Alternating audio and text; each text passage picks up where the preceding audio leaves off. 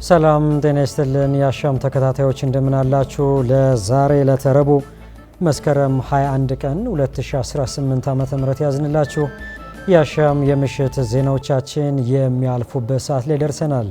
እኔ የዕለቱ ተረኛ አሳላፊ ሙሐመድ ንጉስ አብዱ ከመላው የስቱዲዮ ባለሙያዎች ጋር በመሆን አብሬያችሁ ቆይታ አደርጋለሁ። በቅድሚያም ርዕሰ ጉዳዮቹን በማስተዋወቅ እንጀምራለን። የህዳሴ ግድብ የሚያመነጨው የኃይል አቅርቦት ኢትዮጵያ በሁሉም መስክ እያስመዘገበች የምትገኘውን የልማት ስኬት ለማሳለጥ ወርቃማ ዕድል ይዞ የመጣ ነው ተባለ። ባሳለፍነው ዓመት በተለየ አረጋውያን ላይ ትኩረት አድርገው ለሚሰሩ ማህበራት ከ15 ሚሊዮን ብር በላይ ድጋፍ መደረጉን ሚኒስቴሩ አስታወቀ። ትምህርት ሚኒስቴር የ2017 ዓ.ም የከፍተኛ ትምህርት ተቋማት መግቢያ ውጤትን ከ300 ወደ 297 ዝቅ ማድረጉን ገለጸ።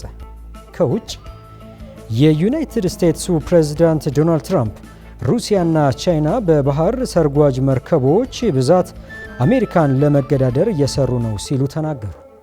ተመልካቾቻችን ቀደም ሲል ያስተዋወቅናችሁ ርዕሰ ጉዳዮችን ጨምሮ እንደተለመደው የቢዝነስና የስፖርት ዜናዎቻችን ሰዓታቸው ጠብቀው ወደ እናንተ የሚደርሱ ይሆናል። አብራችሁን ቆዩ።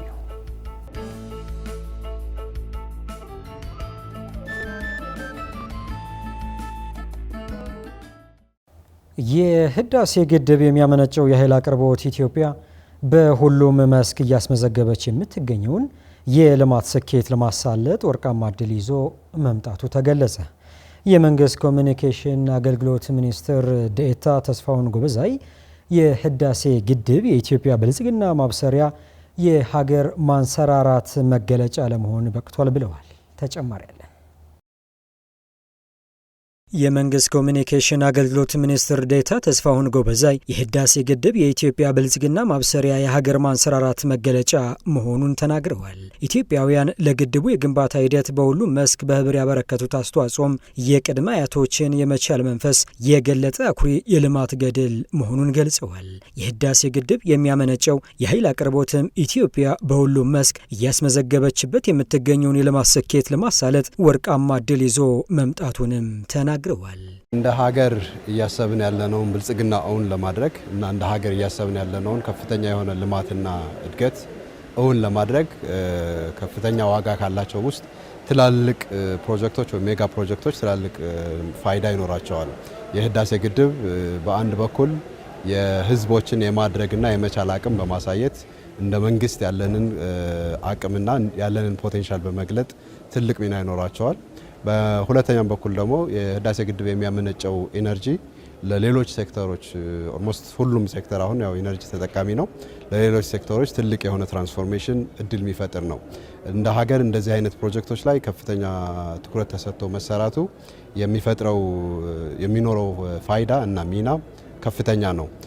በአንድ በኩል ዜጎች ተሰባስበው አንድ ላይ ከመጡ ማንኛውም ሰው ትናንሽ አስተዋጽኦ ደምሮ ምን ያህል ትልቅ ስኬት ማሳካት እንደሚችል ያሳያል። ከህዳሴ ግድብ በተጨማሪ ሌሎች ትላልቅ ፕሮጀክት መስራት ሲቻል ያን ጊዜ የህዳሴ ግድብ መጠናቀቅ ፋይዳ ጎልቶ እንደሚታይ የሚናገሩት ሚኒስትር ዴኤታው ስኬቱ በደስታ ብቻ ተገድቶ መቅረት እንደሌለበትም አስገንዝበዋል። የህዳሴ ግድብ ፋይዳ የሚጎላው ህዳሴን የሚስተካከሉ ከህዳሴም የሚልቁ ተጨማሪ ስራዎችን መስራት ስንችል ነው። ቅድም ያወራሁት በትውልዶች መካከል ያለው ግጥጥሞች የማይፈጠረውም ተከታታይነት ያለው ስራ ስለማይሰራ ነው። አንድ ጊዜ የተገኘን ድል ሴሌብሬት ማድረግ እንዳለ ሆኖ ተጨማሪ ለድል መነሳሳት መፍጠር ያስፈልጋል። የህዳሴ ግድብ ዋነኛው ሚና መለካት ያለበት ለቀጣይ የህዳሴ ግድቦች ወይም ለቀጣይ የህዳሴ ግድብ የሚስተካከሉ ሀገራዊ ፕሮጀክቶች መነሻ ሆኖ ማገልገሉ ላይ ነው። ኢትዮጵያ የመቻል ሀገር ናት ያሉት ሚኒስትር ዴኤታው በዚህም በትውልድ ቅብብሎሽ አክሱምና ላሊበላን ያነጸ ባድዋ ተራሮች ወራሪን ድል የነሳ ታሪክ ቀያሪ ትውልድ የሚነሳበት ሀገር መሆኗን አንስተዋል። የአሁኑ ትውልድም በታላቁ ህዳሴ ግድብ ግንባታ የፈጸመውን አኩሪ የልማት ገድል አኩሪ የህብረ ብሔራዊ አንድነትን የሚያንጽ ደማቅ ትርክት መጻፍ እንደቻለ ከኢዜአ ጋር በነበራቸው ቆይታ አብራርተዋል። ኢትዮጵያውያንም አደባባይ በመውጣት የህዳሴ ግድብ መጠናቀቅን አስመልክቶ በከፍተኛ የደስታ ስሜት ማክበራቸውንም አንስተዋል። የህዳሴ ግድብ ተጠናቆ ለምርቃት መብቃቱንም ተጨማሪ ግዙፍ ብሔራዊ ልማት እቅድ ፕሮጀክቶችን ተግባራዊ ለማድረግ መነሻው ሆኖ የሚያገለግል መሆኑንም ገልጸዋል። የህዳሴ ግድብ ፕሮጀክት ብቻ አይደለም፣ ግድብ ብቻ አይደለም የምንለው በዚህ ምክንያት ነው። በአንድ በኩል ኢትዮጵያ በተለያየ ጊዜ ያው የሚችል ትውልድ መጥቶ ትልቅ ታሪክ ሰርቶ ለቀጣይ ዘመናት መነጋገሪያ መሆን የሚቻልባት ሀገር ነች። ከአክሱምን የገነባው ትውልድ፣ ላሊበላን ያነጸው ትውልድ እያልን ብንመጣ እና አድዋ ላይ ነጮችን ያሸነፈው ትውልድ እያልን ብንመጣ በየጊዜው የሚነሳ ትውልድ አለ። ታሪክን የሚቀይር ለሌሎች ለቀጣይ ትውልዶች መነሻ የሚሆን መደላድል የሚፈጥር ትውልድ ይመጣል። ይሄንን ግን ቀጣይነት ባለው እየገነቡ መሄድ ትልቅ ትኩረት የሚፈልግ ነገር ነው። ጠቅላይ ሚኒስትር አብይ አህመድ በህዳሴ ግድብ ምርቃት ላይ ያበሰሯቸው የ30 ቢሊዮን ዶላር ግዙፍ የልማት ፕሮጀክቶች የኢትዮጵያን ብልጽግና ለማረጋገጥ ጉልህ ድርሻ ይኖራቸዋል ብለዋል። በቀጣይ የሚገነቡ ግዙፍ ፕሮጀክቶች መሰረተ ልማትን በማሟላት የኃይል አቅርቦትን ለማሳደግ፣ የግብርና ምርታማነትን ለማላቅ የማይተካ አስተዋጽኦ እንደሚያበረክቱም አብራርተዋል። ክቡር ጠቅላይ ሚኒስትር በምረቃው ላይ ያስተዋወቋቸው የ30 ቢሊዮን ዶላር ፕሮጀክቶችም ይህንን የሚያሳዩ ናቸው። በኢነርጂ፣ በማዳበሪያ፣ በትላልቅ መሰረተ ልማቶች፣ በአውሮፕላን ማረፊያ የሚሰሩት ስራዎች ይህንን ትልቅነት የበለጠ ከፍ እያደረጉ የሚሄዱ ናቸው። ህዳሴ ግድብ ለሌሎች ስራዎች መነሻ ሆኖናል ማለት ነው። ህዳሴ ግድብ ትልቅ ፕሮጀክት ነው። አሁን ደግሞ 5-6 ትላልቅ ፕሮጀክቶችን በአንድ ጊዜ እየጀመርን ነው ያለነው። እነዚህ ነገሮች ሲጠናቀቁ በመሰረተ ልማት፣ በኢነርጂ፣ በግብርና ምርታማነት እና በመሳሰሉት የሚኖረን ተሳትፎ ደግሞ የላቀ ይሆናል። እያንዳንዳቸው ፕሮጀክቶች ብናያቸው የአቶሚክ ኢነርጂ ለሰላማዊና ለኢነርጂ የሚያገለግለው የአቶሚክ ኃይልም ሆነ የነዳጅና የተፈጥሮ ጋዙ እንዲሁም ደግሞ የማዳበሪያው ፕሮጀክቶች ትላልቅ ትርጉም ያላቸውና የኢትዮጵያን ኢኮኖሚ ወደማይመለስበት ወይም ወደማይቀለበስበት የከፍታ ደረጃ የሚያደርሱ ፕሮጀክቶች ናቸው። ጠቅላይ ሚኒስትር አብይ አህመድ ጳጉሜ 4 ቀን 2017 በህዳሴ ግድብ ምርቃት ላይ በ30 ቢሊዮን የአሜሪካ ዶላር ወጪ የሚገነቡ ግዙፍ የልማት ፕሮጀክቶች እቅዶችን ማብሰራቸው ይታወሳል። የኢትዮጵያ የልማት ፕሮጀክት እቅዶችም ሰላማዊ የኒውክሌር ማብለያ፣ የነዳጅ ዘይት ማጣሪያ፣ የተፈጥሮ ጋዝ ፋብሪካ፣ ግዙፍ የአየር ማረፊያ፣ የ1.5 ሚሊዮን ቤቶችና የማዳበሪያ ፋብሪካ ግንባታ ይገኙበታል። ባሳለፍነው ዓመት በተለየ አረጋውያን ላይ ትኩረት አድርገው ለሚሰሩ ማህበራት ከ15 ሚሊዮን ብር በላይ ድጋፍ መደረጉ ሚኒስቴሩ አስታወቀ። በዛሬው ዕለት በዓለም አቀፍ ደረጃ ለ35ኛ ጊዜ በሀገራችን ደግሞ ለ34ኛ ጊዜ ተከብሮ በዋለው የዓለም አረጋውያን ቀን መርሃ ግብር ወቅት ነው ይህንን የተባለው። ናትናኤል በላይነህ ተጨማሪ አለው። በተባበሩት መንግስታት ትርጓሜ መሰረት አረጋውያን የሚባሉት እድሜያቸው 60 ዓመትና ከዛ በላይ የሆኑ ሰዎች ሲሆኑ በሀገራችን በአሁኑ ጊዜ ይኸው ትርጉም ተቀባይነት ያለው ሲሆን ከመደበኛ የሲቪል አገልግሎት በጡረታ መገለያ እድሜ ጋርም የተዛመደ ነው። በሀገራችን ኢትዮጵያ በአሁኑ ሰዓት የአረጋውያን ቁጥር ከጠቅላላው ሕዝብ ውስጥ ከ6.8 ሚሊዮን በላይ እንደሚሆን ይገመታል። በሀገራችን የሰዎች የእድሜ ጣሪያ አሁን ላይ 65 ዓመት በመሆኑ የአረጋውያን ቁጥር በፍጥነት እየጨመረ መሄዱ አይቀሬ ነው። ይህም የአረጋውያንን አገልግሎት ፍላጎቶች እያደጉ እንዲሄዱ የሚያደርግ ነው። ዓለም አቀፍ የአረጋውያንን ቀን አረጋውያን ያበረከቱትን አስተዋጽኦ በማክበር እውቅና በመስጠትና በማህበራዊና ኢኮኖሚያዊ እንቅስቃሴ ተሳትፏቸው ላይ ተጽዕኖ የሚያደርሱ ጉዳዮችን በመፈተሽ መፍትሄ ለመስጠት እንዲቻል በህብረተሰቡ ዘንድ ንቅናቄና ሰፊ ግንዛቤ እንዲፈጠር በማድረግ የሚከበር ዓለም አቀፍ ቀን ነው። በዚህም የተባበሩት መንግስታት ድርጅት ኦክቶበር 1 ቀንን የአረጋውያን ቀን ሆኖ እንዲከበር እንደ አውሮፓውያን አቆጣጠር በ1990 ዓ.ም ወስኗል። ዘንድሮም በዓለም አቀፍ ደረጃ ለ35ኛ ጊዜ በሀገራችን ደግሞ ለ34ኛ ጊዜ ለአረጋውያን ደህንነት መብቶች መጠበቅ ሁለንተናዊ ኃላፊነታችን እንወጣ በሚል መሪ ቃል በዛሬው ዕለት ተከብሮ ውሏል። አረጋውያን ለወጣቱ ትውልድ ታሪክን፣ ባህልን፣ ስራ ወዳድነትን በጥበብ በማስተማር የአመለካከት ለውጥ እንዲመጣ እንዲሁም ለሀገር ሰላምና ጸጥታ ተኪ የሌለሽ ሚና እንደሚጫወቱ እሙን ነው ያሉት የሴቶችና ማህበራዊ ጉዳዮች ሚኒስቴር የሆኑት ዶክተር ኤርጎጌ ተስፋዬ ሲሆኑ ሆኖም አረጋውያን በእድሜ መግፋትና በሌሎች ምክንያት መገፋት ሊገጥማቸው ይችላል ብለዋል።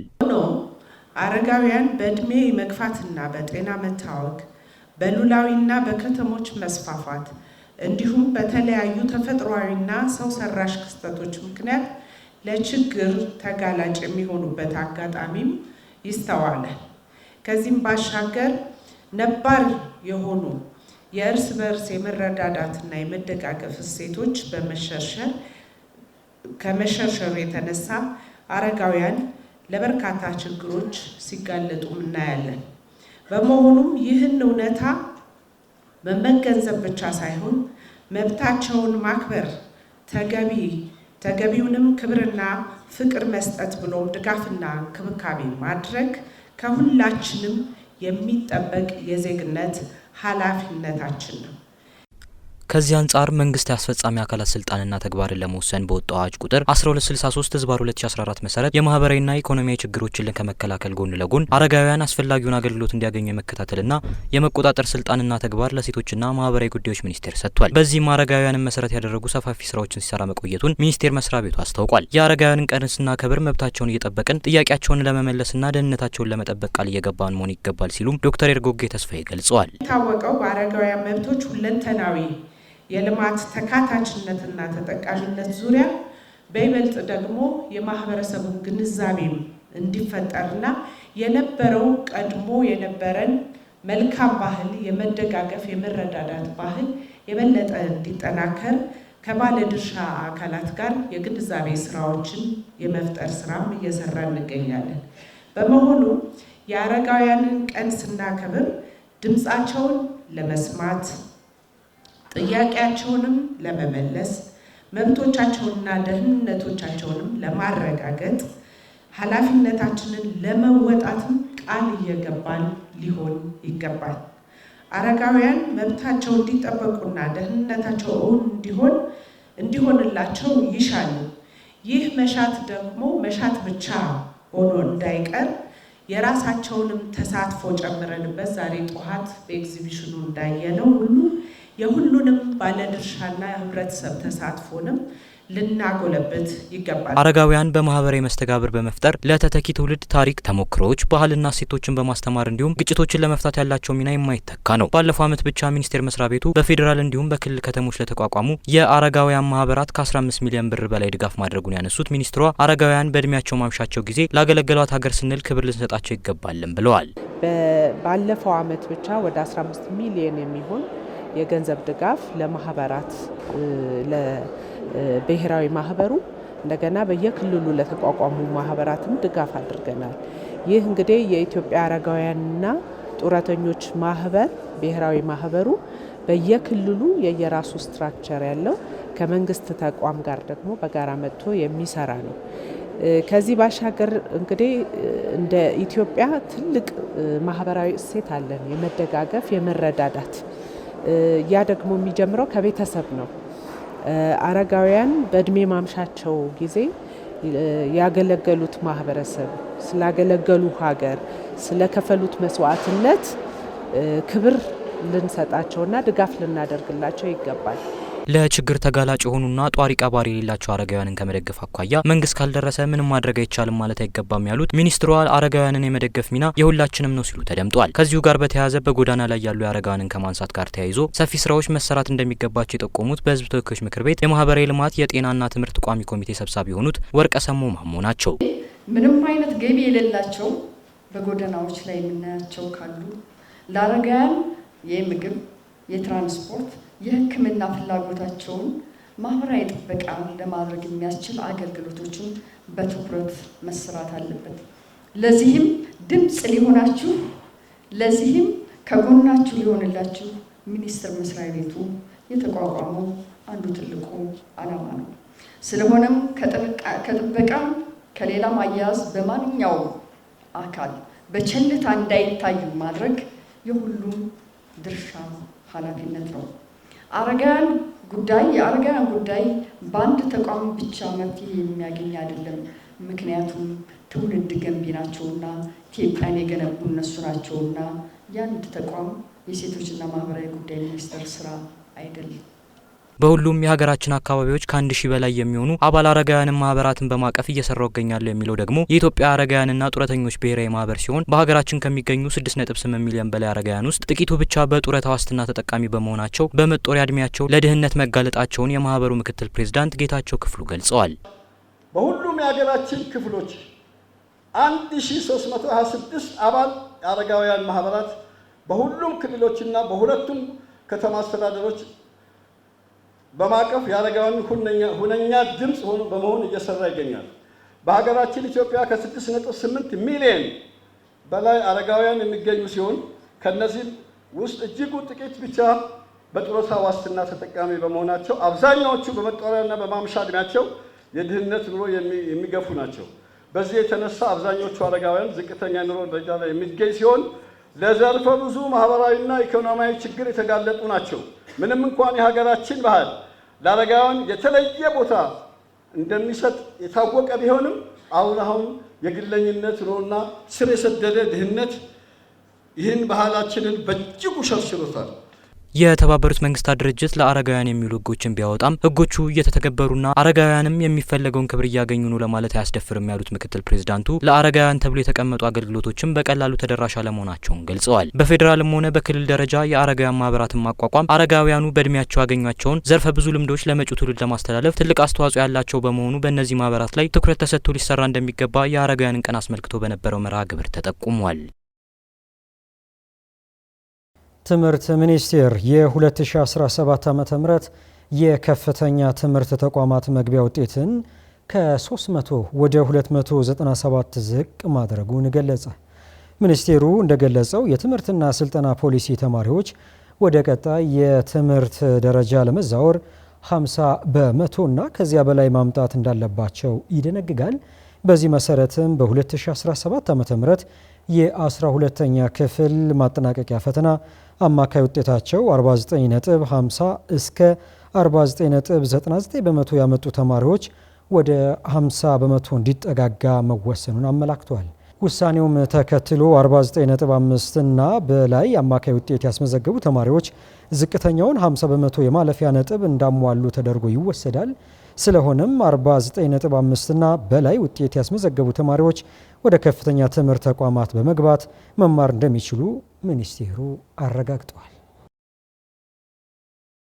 ኢትዮጵያውያን በአንድነት ህዳሴ ግድብ እንዳጠናቀቁ ሁሉ የቀይ ባህር ወደብ ጥያቄ ለማሳካት ርብርብ ሊያደርጉ እንደሚገባ ተመላከተ።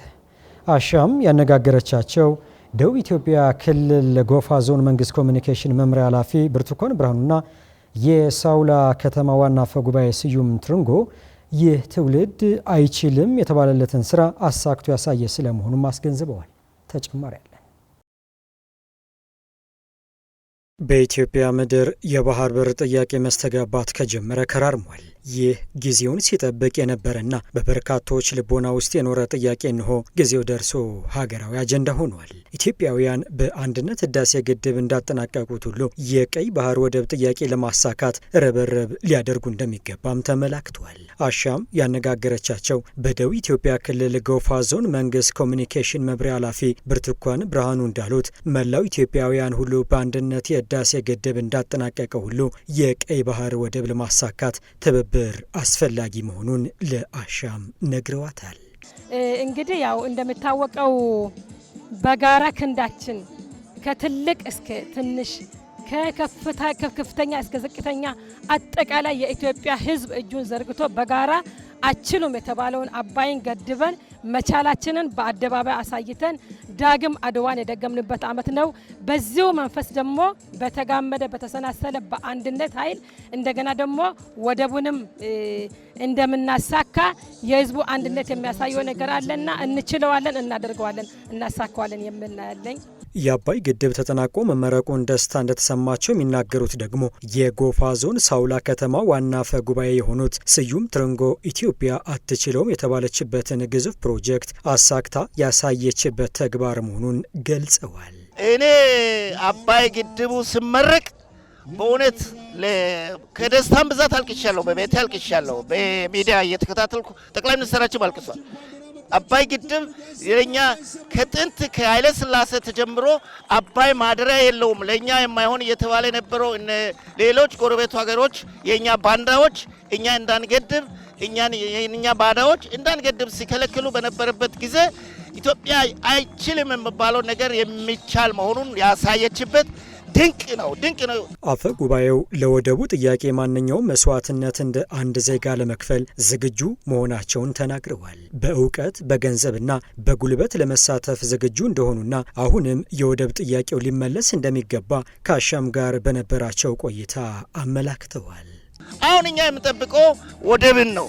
ለወደቡ የሚያስከፍለውን መስዋዕት ልንከፍል ተዘጋጅተናል። የህይወት መስዋዕትነት፣ የገንዘብ መስዋዕትነት፣ የጉልበት መስዋዕትነት የኢትዮጵያ ህዝብ በዚህ አንዱ ዓላማው ይሄ ነው። አንዱ ዓላማው ወደባችን እንጠይቃለን፣ ወደብ እንጠይቃለን ነው። ለወደቡ መሞትም እንፈልጋለን። ለወደቡ የሚያስከፍለው ነገር ልናደርግ ተዘጋጅተናል። ይሄ ነው የኢትዮጵያ ህዝብ ደግሞ ዳግም የኛ አድዋ ነው። ደግሞ አባይ ግድብ ዳግም አድዋ ስለሆነ እኛ ሶስተኛውን አድዋ ደግሞ ወደብ አግኝተን ነው። ኢትዮጵያ ከፍ ያለች ሀገር ነበረች። አሁን ደግሞ ከዚህ ከወረደችው ወጥታለች። አሁን ይህንን ሂደት እናስቀጥላለን። አሻም ያነጋገረቻቸው ደቡብ ኢትዮጵያ ክልል ጎፋ ዞን መንግስት ኮሚኒኬሽን መምሪያ ኃላፊ ብርቱካን ብርሃኑና የሳውላ ከተማ ዋና አፈ ጉባኤ ስዩም ትሮንጎ የትውልድ አትችልም የተባለለትን ስራ አሳክቶ ያሳየ መሆኑን አስገንዝበዋል። ጠቅላይ ሚኒስትር አብይ አህመድ ጳጉሜ 4 2017 በተመረቀው የኢትዮጵያ ህዳሴ ግድብን ግንባታ ዙሪያ ባደረጉት ውይይት ላይ የሺህ ዓመታት የአባይ ታሪክ እንደተቀየረ ሁሉ ኢትዮጵያ የባህር በር ያጣችበት ሁኔታም እንደሚስተካከልም መናገራቸው አይዘነጋም። 10ኛው የኢትዮጵያ ከተሞች ፎረም ከመጪው ህዳር 6 እስከ 10 2018 ጀምሮ በአፋር ክልል እንደሚካሄድ የከተማና መሰረተ ልማት ሚኒስቴር አስታወቀ። ዕለቱ የከተሞች እድገት ለኢትዮጵያ ልህቀት በሚል መሪ ቃል ይከናወናል ያለው ሚኒስቴር መስሪያ ቤቱ በመርሃ ግብሩ ላይ እስከ 200 የሚደርሱ ከተሞች እንደሚሳተፉ ይጠበቃል ተብሏል። አዲስ እንግዳስ ዘንድሮ ለ10ኛ ጊዜ በአፋር ክልላዊ መንግስት ሰመራ ሎጊያ ከተማ የሚከናወነው የኢትዮጵያ ከተሞች ፎረም የከተሞች እድገት ለኢትዮጵያ ልህቀት የሚል መሪ ቃል እንደተሰጠው የኢትዮጵያ ከተሞች መሰረተ ልማት ሚኒስቴር አስታወቀ። ፎረሙ በ2 ዓመት አንድ ጊዜ በተለያዩ የሀገሪቱ ከተሞች ሲከናወን መቆየቱንና ፎረሙ የተለያዩ መሰረታዊ ጉዳዮች ላይ ትኩረት ማድረጉን ነው የተቋሙ የህዝብ ግንኙነት ስራ አስፈጻሚ ኢትዮጵያ በዴቻ ለአሻም የተናገሩት። ዋና ትኩረት አድርገን የምናካሄድባቸው ኤሪያዎች አሉ። 3 መሰረታዊ ጉዳዮች አሉ። እነዚህ 3 መሰረታዊ ጉዳዮች ምንድናቸው? አንደኛው እዚህ ፎረም ላይ የኢትዮጵያ የከተሞች ኤግዚቢሽንና ከተማ ማስታወቅ ውድድር ይካሄዳል። ሁለተኛው የኢትዮጵያ ከተሞች ምርጥ ተሞክሮች ውድድርና ሽልማት አለ። ይሄ ማለት እንግዲህ በሲቲ ማርኬቲንግ እና ኮምፒቲሽን የምንለው ነው።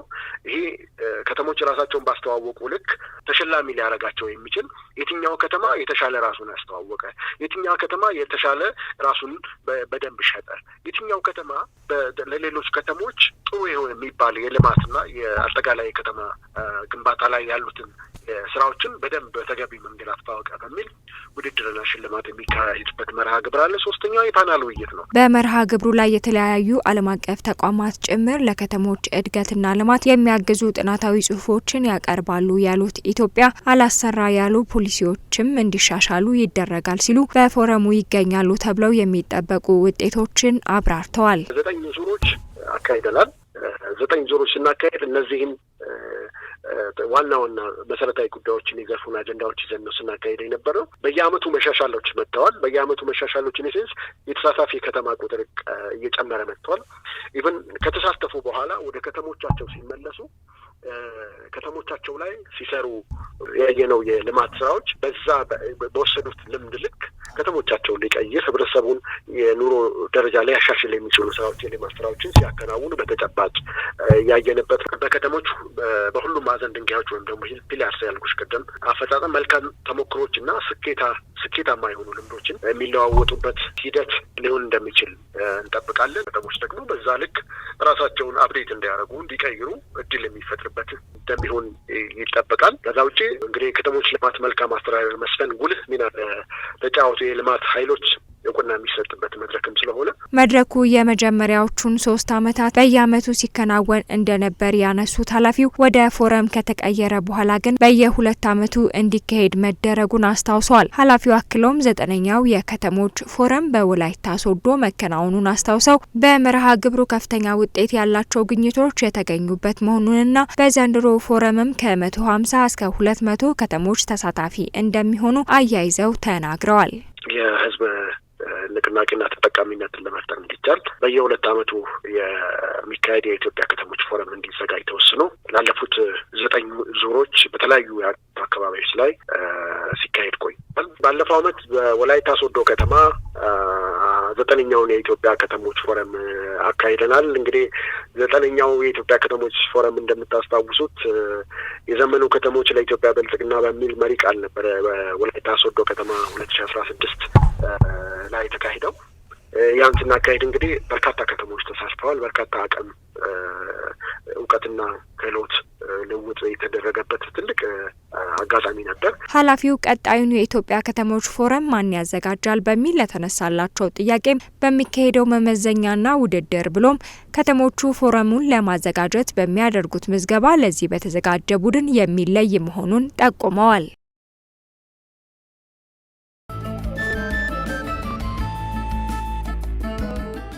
ተመልካቾቻችን ለዕለቱ ያዝንላችሁ ዜናዎቻችን ከመቋጨታችን በፊት በድጋሜ ርዕሰ ጉዳዮቹን እናስታውሳችሁ። የህዳሴ ግድብ የሚያመነጨው የኃይል አቅርቦት ኢትዮጵያ በሁሉም መስክ እያስመዘገበች የምትገኘውን የልማት ስኬት ለማሳለጥ ወርቃማ ዕድል ይዞ የመጣ ነው ተባለ። ባሳለፍነው ዓመት በተለየ አረጋውያን ላይ ትኩረት አድርገው ለሚሰሩ ማህበራት ከ15 ሚሊዮን ብር በላይ ድጋፍ መደረጉን ሚኒስቴሩ አስታወቀ። ትምህርት ሚኒስቴር የ2017 ዓ.ም የከፍተኛ ትምህርት ተቋማት መግቢያ ውጤትን ከ300 ወደ 297 ዝቅ ማድረጉን ገለጸ። ከውጭ የዩናይትድ ስቴትሱ ፕሬዝዳንት ዶናልድ ትራምፕ ሩሲያና ቻይና በባህር ሰርጓጅ መርከቦች ብዛት አሜሪካን ለመገዳደር እየሰሩ ነው ሲሉ ተናገሩ። ለዛሬ ዕለተ ረቡዕ መስከረም 21 ቀን 2018 ዓ.ም ያዝንላችሁ የአሻም የምሽት ዜናዎቻችን በዚሁ ተቋጭተዋል። እኔ ለተተረኛ አሳላፊ ሙሐመድ ንጉስ አብዱ አብሬያቸው ቆይታ አድርጌ ነበር። ከቀሪ ፕሮግራሞቻችን ጋር ደግሞ መልካም ቆይታ እንዲሆንላችሁ እንመኛለን። አሻም ለሁላችሁ።